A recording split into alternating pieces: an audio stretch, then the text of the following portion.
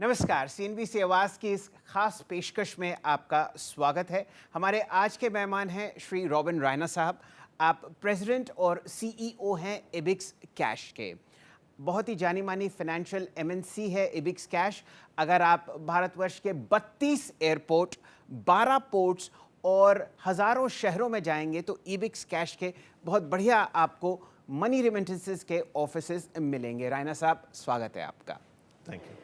हम लोगों ने पिछले 18 महीनों में देखा कि भारतीय अर्थव्यवस्था, पूरी दुनिया कोविड के प्रकोप से बहुत ही परेशानी में थी, लेकिन इबिक्स कैश का जो डिसरप्टिव मॉडल है मनी रेमिटेंसेस का, आपने लगभग 18 बिलियन डॉलर्स का ट्रांजैक्शन किया पिछले 12-18 महीने में। बताइए किस तरीके से आप इस समस्या को आड़े हाथ ले पाए?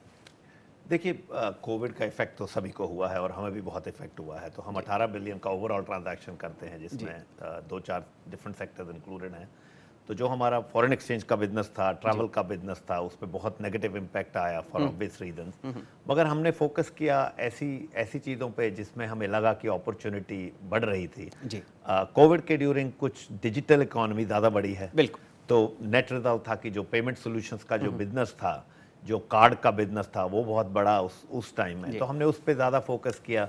हमें ये भी लगा कि एक कोविड ने एक रियलाइजेशन लाई लोगों को कि बिजनेसेस को एफिशिएंट होने का याद आया, और करेक्ट कि हमें और एफिशिएंट होना चाहिए। तो अगर एफिशिएंट होना है तो आपको टेक्नोलॉजी की ज़रूरत है।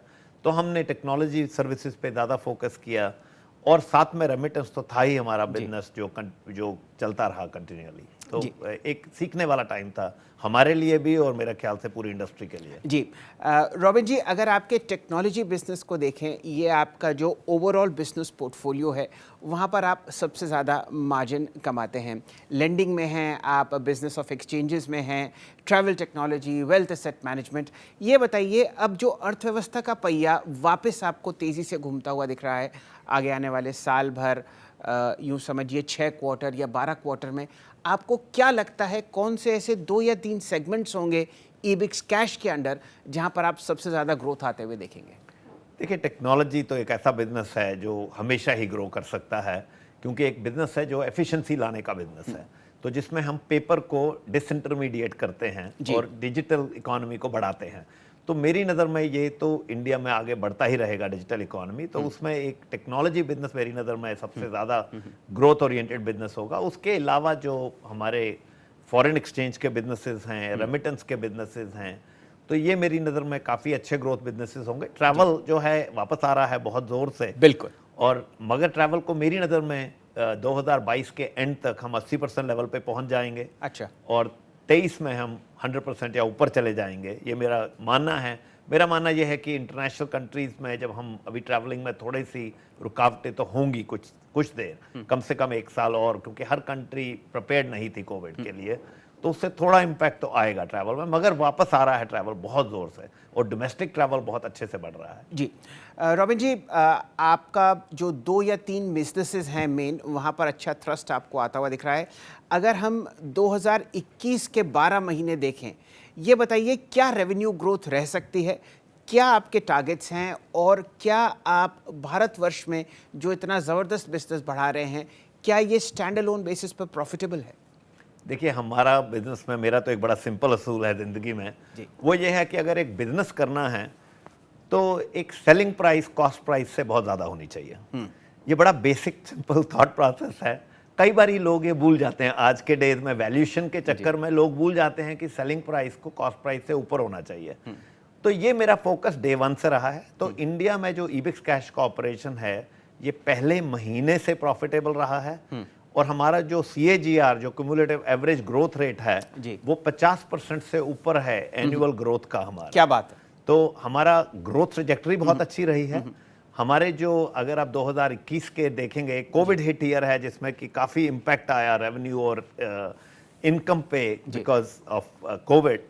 तो अगर आप उस साल को भी देखेंगे तो कैलेंडर ईयर 2021 में हमारा जो रेवेन्यू है डॉलर में लगभग 950, आप 7300 करोड़ बोल दीजिए, 7300 करोड़ के करीब का रेवेन्यू हम टारगेट पे हैं अभी जी। और जो हमारा इनकम है वो लगभग हम आई थिंक टारगेट पे हैं $100 मिलियन के करीब, जो मेरे आप अंदाजे में एबिटा की बात कर रहे हैं, ऑपरेटिंग प्रॉफिट। एबिटा की बात कर रहा हूँ जी। तो $100 मिलियन मेरे अंदाजे से 730 करोड़ ऐसे कुछ हो गया, तो के करीब का हमारा एबिटा चल रहा है। तो मैं काफी I feel good about it, कि अच्छा लगता है बहुत कि एक ऐसे साल में जिसमें कि बहुत ज्यादा इम्पैक्ट आ रहा था इनकम पे, क्योंकि हमारे 2 सेक्टर ऐसे थे जिसमें मेरे लगभग 3000 एम्प्लॉयज हैं ट्रैवल और फॉरेक्स में। उसमें एक कॉस्ट थी मगर रेवेन्यू नहीं था जी। 6 महीने तो ऐसा पीरियड चल रहा था कि अगर आप 2020 और 21 का 6 महीने लें कि कॉस्ट बहुत ज्यादा थी मगर रेवेन्यू नहीं था। उसके बावजूद हमारे ये इनकम ऐसी रही है, तो हमें लग रहा है कि 2022 हमारा काफी अच्छा जाना चाहिए, क्योंकि अब ट्रैवल और फॉरेक्स वापस आ रहा है। क्या बात है। अच्छा रॉबिन जी, ज़रा और बात करते हैं आपके बिजनेसेस की। आपने पिछले 4 वर्ष में लगभग 26 एक्विजिशन किए हैं और इन एक्विजिशंस में लगभग $1 बिलियन आपने खर्च किया, समझ लीजिए 7500 करोड़ रुपए के आसपास। ये बताइए, ये ज़्यादातर टेक्नोलॉजी के आसपास थे और आपने भारतवर्ष में फिजिकल बिजनेसेस भी खरीदे फॉरेक्स के। अब इनको मिला के जो ग्रोथ मोमेंटम आप देख रहे हैं आने वाले 5 महीने में या समझ लीजिए 1 साल में, किस हिसाब से आपकी टॉप लाइन ग्रोथ आपको होती हुई दिख रही है? कौन से ऐसे 2 या 3 सेगमेंट्स जहां पर आपका अपना विश्वास है कि बहुत बढ़िया बिजनेस बढ़ेगा? देखिए, मैं एक अमेरिकन पासपोर्ट होल्डर हूं, मगर यहाँ पे दिल पे एक हिंदुस्तानी हूं देवन से। तो मेरा एक ड्रीम है। मेरा ड्रीम ये है कि जो मैं एक हमारा अभी तक इंडिया में क्या होता था कि जैसे एक अमेजॉन आया और एक एमएनसी आ गया इंडिया के अंदर। तो मेरा एक ड्रीम था कि एक ऑपोजिट हमें करना है, एक इंडिया बेस्ड एमएनसी बनानी है जो बाहर के देशों में जाके फैले। तो मैंने एक ब्रांड क्रिएट किया जो इबिक्स कैश एक ब्रांड है। ये वही ड्रीम है कि एक एमएनसी है जो इंडिया में बैठ के हम पूरे देशों में जाएंगे। आज इबिक्स कैश की ऑपरेशन हम 44 कंट्रीज, 44 कंट्रीज में हम टेक्नोलॉजीज एनेबल करते हैं फाइनेंशियल इंस्टीट्यूशंस की, और बहुत से देशों में ट्रैवल करते हैं, जैसे फिलीपीन में नंबर 1 है, इंडोनेशिया में नंबर 1 है, एंड दुबई में है, सिंगापुर में है, ऑस्ट्रेलिया में है, ऐसे करते हैं। तो अब अगर आप इस बिजनेस को देखेंगे आगे कि मुझे क्या दिख रहा है, मुझे दिख रहा है कि मुझे ये जो एमएनसी का ड्रीम है इसको फुलफिल करना है। अब आईपी पूरा इंडिया में बनाना है, इसको इंडिया को लर्निंग ऑर्गेनाइजेशन बनाना है कि नॉलेज मल्टीप्लाई होती रहे, और जो बिजनेसेस हैं जिनको ग्रो कराना है वर्ल्ड वाइड, वो टेक्नोलॉजी के सेंटर, उस पर टेक्नोलॉजी रहेगी। और जो हम टेक्नोलॉजी बेस्ड बिजनेसेस हैं उसको पावर करेंगे। अगर ट्रैवल भी प्रोवाइड करेंगे तो हम टेक्नोलॉजी एनेबलर हैं कि अगर हमारा बिजनेस ऐसा भी है कि अगर एक मिडिल ईस्ट में बहुत बड़ा कोई ट्रैवल एजेंट है, उसको भी टेक्नोलॉजी चाहिए, तो हम उसको टेक्नोलॉजी एनेबल करेंगे और हम पीछे बैठ के वो पैसा कमाएंगे, उसको आगे बिजनेस करने हम देंगे, और पीछे से हमारी टेक्नोलॉजी होगी तो हम उसमें से ट्रांजैक्शन फीस लेंगे। तो ये मेरा बिजनेस मॉडल है। देखिए, ग्रोथ रेट तो जो हमारा है 50% से ऊपर का ऑलरेडी है। लास्ट 3 ईयर का एवरेज अगर आप ले एनुअल रेट, तो I am happy with that. अगर हम उसी को चलाते रहें आगे, तो मुझे लग रहा है कि अच्छा, मुझे अपने मार्जिन पे फोकस करना है। अब 2022 और 23 में मुझे अपने मार्जिन की इंप्रूवमेंट करनी है, तो वो हम डेफिनेटली फोकस रखेंगे। और इन कुछ बिजनेसेस हैं जिनमें मुझे लग रहा है कि इंडिया सेंटर में आ सकता है अगर हम इन बिजनेसेस को डिफरेंट जगहों पे ले जाएं, जैसे ट्रैवल है, या टेक्नोलॉजी के कुछ फाइनेंशियल बैकएंड सिस्टम्स हैं, या इंश्योरेंस के कुछ बैकएंड सिस्टम्स हैं, उनमें हम पीछे की पोजीशन लेना चाहते हैं बैकएंड प्लेयर की। जी रैना साहब, ये मेरा अपना भी तजुर्बा रहा पिछले 20 साल में कि अब भारतीय बहुत आपको विदेश में घूमते हुए दिखेंगे, और बहुत सारे विदेशी लोग हमारे यहाँ भी आपको आते हुए दिखेंगे। ये कोविड की समस्या जो बीच में थी ये आ गई, लेकिन बिज़नेस नॉर्मलाइज हो जाएगा, यही प्रकृति का नियम भी है। ये बताइए, आपने सन 90 के दशक में काम करना शुरू किया, सन 2000 में, और 2010 तक हम लोगों ने टेक्नोलॉजी को बढ़ते हुए देखा, और अब तो ये हाल है कि इंसान और टेक्नोलॉजी में फ़र्क नहीं रहा। साथ ही साथ भारत में एक JAM करके चीज़ है, जैम ट्रिनिटी। आप मुझे बताइए कि किस हिसाब से आप फिनटेक एरिया में डिसरप्शन होते हुए देखते हैं, कितना बड़ा भारतीय बाजार है, और वहाँ पर इबिक्स कैश आपको क्या करता हुआ दिखेगा? देखिए, इंडिया एक बहुत बड़ा मार्केट है। अब वो टाइम चला गया कि जब हम बोलते थे कि अमेरिका नंबर 1 मार्केट है या यूरोप नंबर 2 मार्केट है, अब उल्टा है, एक रिवर्स ड्रेन हो रहा है, आपको ब्रेन ड्रेन भी रिवर्स हो रहा है। आज अगर मैं अपने इंडियन डेवलपर, मेरे पास 10,000 एम्प्लॉयज हैं इंडिया में, 3,000 से ऊपर डेवलपर्स हैं हमारे पास। एक टाइम था कि आप 5 साल 6 साल पहले, अगर थोड़ा पहले जाएंगे आप पिछले सालों में, एक इंडियन डेवलपर को जब हम एक यूएस की अपॉर्चुनिटी देते थे या ऑस्ट्रेलिया की देते थे तो वो बहुत एक्साइट होता था जी। आज वो डेवलपर एक्साइट नहीं होता है, वो बोलता है मुझे इंडिया रहना है जी। वो जाना ही नहीं चाहता बाहर। बिल्कुल। एंड बहुत से लोग इंडिया आ रहे हैं, रिवर्स ट्रेन हो रहा है अब इंडिया में, इंडियंस वापस आना चाहते हैं। तो मुझे लग रहा है कि India is the place of opportunity. 1.3 billion लोग हैं हमारे पास, अपवर्डली मोबाइल हैं, यंगेस्ट सोसाइटी है हमारी पूरी दुनिया में। 65% के करीब हमारे 35 साल के लोग, हमारी एवरेज एज आ रही है अब, उस लेवल पे हम पहुंच रहे हैं। और सारे एजुकेटेड, अब सब लोग एजुकेशन पे फोकस्ड हैं सब। तो अब जब मोदी गवर्नमेंट जब आई तो उन्होंने वो डिजिटलाइजेशन को बढ़ा दिया काफी, विच बहुत बड़ा रोल उसने प्ले किया। तो अब मुझे जो लग रहा है अगले 5 से 10 साल में डिजिटाइजेशन बढ़ेगी। डिजिटाइजेशन बढ़ेगी तो एक इंडिया एक ऐसा मार्केट है, इंश्योरेंस इसमें एक्सप्लोड करेगा जी। आज अगर आप इंश्योरेंस का मार्केट देखें इंडिया का, तो एक मिनिस्क्यूल मार्केट है, आज भी बहुत छोटा मार्केट है। हम इंडियंस पॉलिसी वही रन कर लेके चलते हैं अपने हाथ में जो हमें लेनी पड़ती है मजबूरी में। वो मार्केट नहीं होगा। अगर आप एक अमेरिका में जाएंगे, जर्मनी में जाएंगे, यूरोपियन सोसाइटी में जाएंगे, लोग हर घर में 6 से 7 पॉलिसीज होती हैं। आप अपने घर को इंश्योर करते हैं, खुद को इंश्योर करते हैं, प्रॉपर्टी को इंश्योर करते हैं, कार्स को इंश्योर करते हैं। वो इंडिया में अभी इतना नहीं है, चलन नहीं है अभी। एक जैसे हमारे फोन एक्सप्लोजन आया और इंडिया एक सेकंड लार्जेस्ट या फर्स्ट एक इतना बड़ा मार्केट बन गया फोन मार्केट में, टेलीकॉम में, इसी तरह इंश्योरेंस बनेगा। और जब वो बनेगा उससे बहुत बेनिफिट्स आएंगे। हेल्थ इंश्योरेंस, उससे जब हेल्थ इंश्योरेंस का मार्केट बढ़ेगा, हेल्थ केयर अकॉर्डिंगली साथ में बढ़ता रहेगा, बेटर होता रहेगा। ये जो फाइनेंशियल डिजिटाइजेशन, जो चीजें इंडिया में आज हो रही हैं, ये एक रेवोल्यूशन है। हमारे भारतीय नहीं कई बार समझ सकते कि जो इंडिया ने पिछले 5 साल में किया है, जो आप जैसे ई वॉलेट में या आप यूपीआई में जो आप ट्रांजैक्शन सेकंड्स में कर लेते हैं इंडिया में, आज आप मानेंगे नहीं, ये अमेरिका में नहीं हो रही। अमेरिका भी इस तेजी से कोई यूपीआई, कोई इंटरफेस नहीं है उनके पास आज अमेरिका में, जो इतना सेकंडों में आपको ट्रांजैक्शन करके 1 सेकंड में आपके फोन पे आ जाए, हो गया और ट्रांजैक्शन। जी हाँ, और फी इतनी मिनिमल है यहाँ पे। तो एक रेवोल्यूशन हो रहा है हमारे देश में।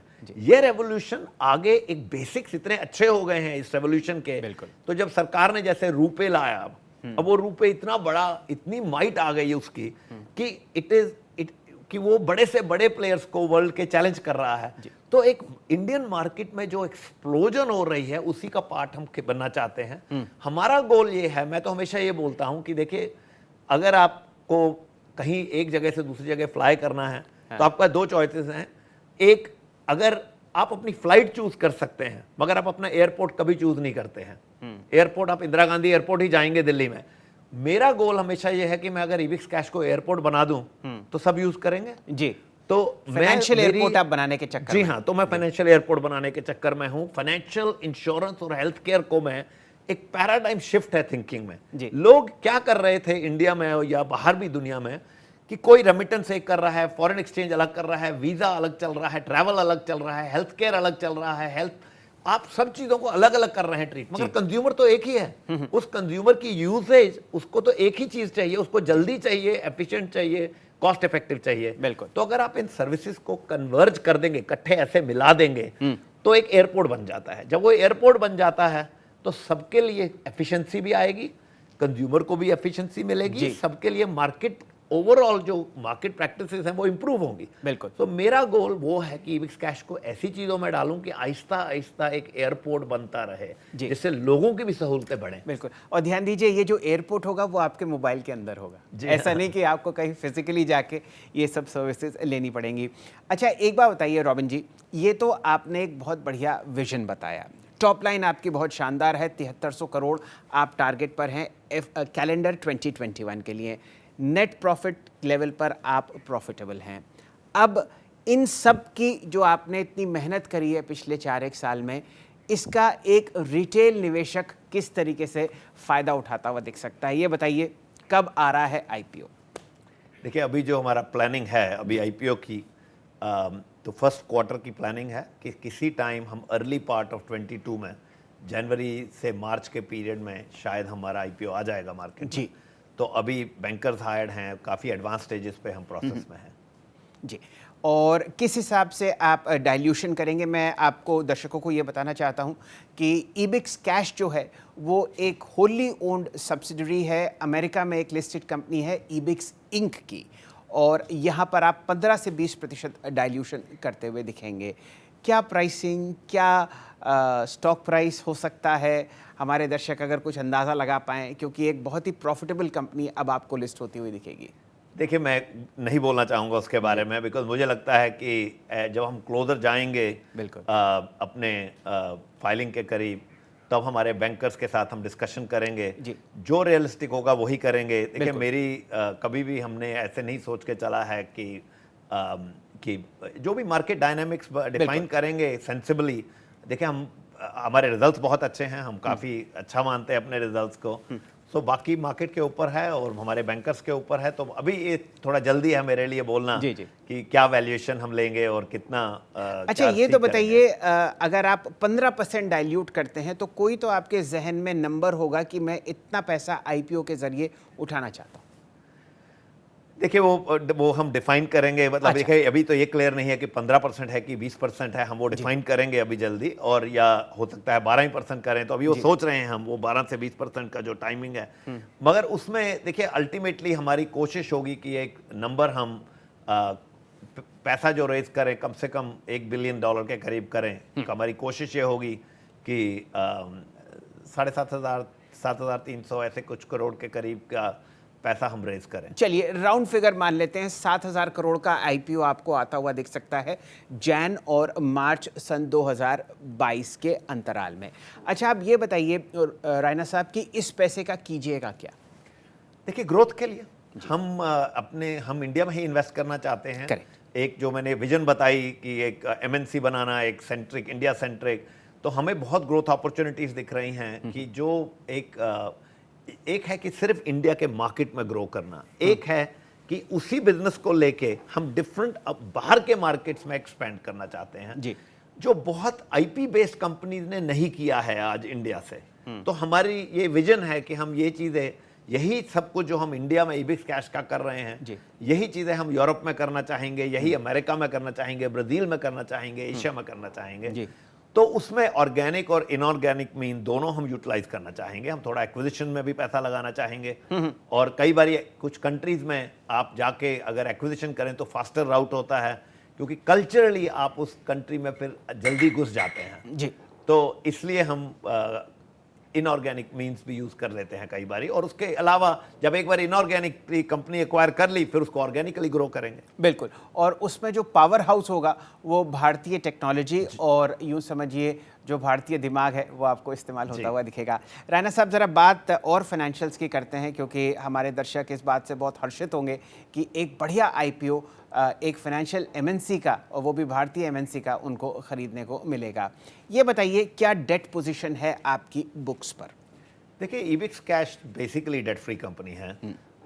लगभग अगर डॉलर्स में लें तो 420-430 करोड़ का कम से कम कैश पड़ा हुआ है कंपनी में, और जो बेसिक डेट है, थोड़ा ओवरड्राफ्ट इधर उधर हैं, तो वो 30-32 करोड़ से ऊपर के करीब हैं हमारे पास जो डेट है। चलिए, ये तो ना के बराबर है बेसिकली। तो हमारे ओवरऑल हम कैश पॉजिटिव पोजीशन है। चलिए, अच्छा रायना साहब, हमारे दर्शकों को ये भी जानना बहुत ज़रूरी है कि सन 2000 से लगभग आप समझिए 2 दशक से रायना साहब ने ईबिक्स इंक, जो आपको अमेरिकी बाज़ारों में लिस्टेड हुई देखी कंपनी, वहाँ पर पिछले 88 क्वार्टर्स से आपने बहुत ही शानदार प्रदर्शन किया है ईपीएस ग्रोथ में, टॉप लाइन में, और ख़ासकर कैश फ्लोज में।